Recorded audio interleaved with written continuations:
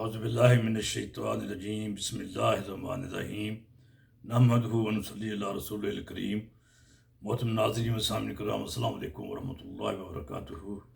اسلام کے عنوان پر ہم کافی پروگرام پیش کیے جا چکے ہیں اور پیش کر رہے ہیں، پیش ہوتے رہیں گے، کیونکہ یہ بہت وسیع مفہوم ہے، یہ ہمارا مذہب ہے، ہمیں اس کے بارے میں ہر قسم کی معلومات، زیادہ سے زیادہ معلومات ہونی چاہیے۔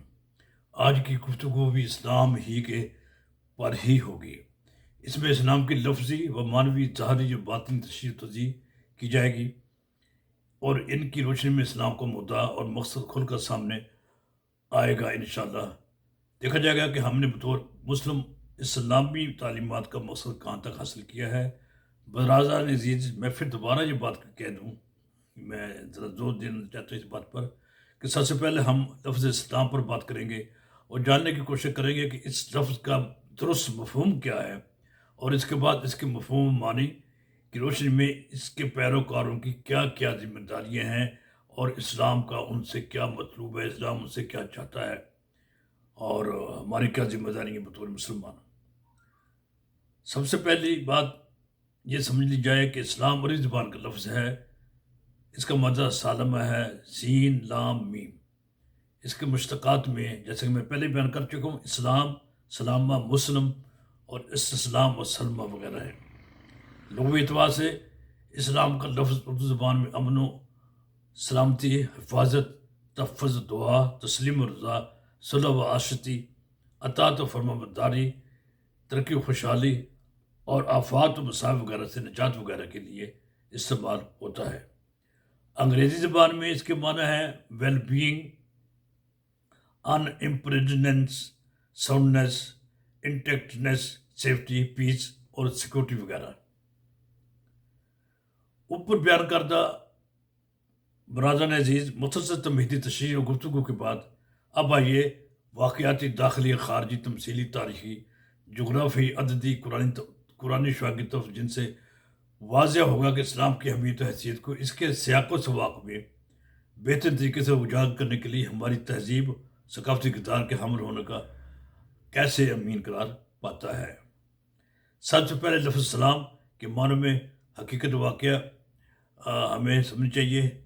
یہ سلام ہے، یہ پرامن بقائے باہمی کے تصور کو امن جمع بنانے کا حقیقی ہتھیار ہے۔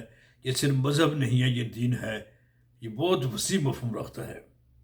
لفظ سلام میں سلامتی کا مفہوم بھی ملتا ہے، اس سے سلامتی و خودی کو لاحق متوقع خطرات ہوا ہو جاتے ہیں۔ جب کوئی بندہ مسلمان ہوتا ہے تو اس کو میں ابھی آگے اس کی تشریح کروں گا انشاءاللہ۔ دشمنوں کو ہمیشہ کے لیے لگام پڑ جاتی ہے، دشمن پھر اس پر انگلی اٹھانے کی ضرورت نہیں کر سکتے۔ لفظ سلام خوشحالی، فارغ پالی اور فلاح و بہبود عامہ پر بھی دلالت کرتا ہے، اور اس کا بھی ہم ذکر کریں گے انشاءاللہ۔ لفظ سلام تحفظ، حفاظت، معمونیت کا مفہوم رکھتا ہے، اور یہ ایک چھتری ہے، یہ چھتری میں نیچے جانے کے بعد راحت و سکون میسر آتی ہے۔ سلام ایک معنی میں تہنیت اور آداب و سیلوٹ کو بھی کہتے ہیں۔ سلام ایک ایسی قسم کے درخت کا نام بھی ہے جس میں کڑواہٹ ہوتی ہے، اس کی بھی ہم تشریح کریں گے انشاءاللہ۔ سلام اللہ تعالیٰ کا صفاتی نام ہے، اس لفظ میں تسخیر کی قوت بھی ہے اور شفا کا اثر بھی۔ یہ آج ہم نے چند ایک چیزیں، چند ایک پہلو اسلام کے لفظ کے حوالے سے بیان کی ہیں۔ اس کے علاوہ مزید بھی اس کے حوالے، اس کے اور پہلو بیان کریں گے۔ اللہ تعالیٰ سے دعا ہے کہ اللہ تعالیٰ ہماری کوششوں کو کامیاب کرے، ہمیں صحیح معنی میں مسلمان بنائے رکھے، ہمیں مسلم امت کا صحیح کہ مسلم امت کو اسلام پر صحیح طریقے سے چلنے کی توفیق عطا فرمائے۔ اسلام کا جو مطلوب و مقصود ہے وہ ہمیں ملے۔ اللہ تعالیٰ ہمیں اسلامی تعلیمات پر، نبی اکرم صلی اللہ علیہ وسلم کے اسوہ مبارک پر چلنے کی توفیق عطا فرمائے۔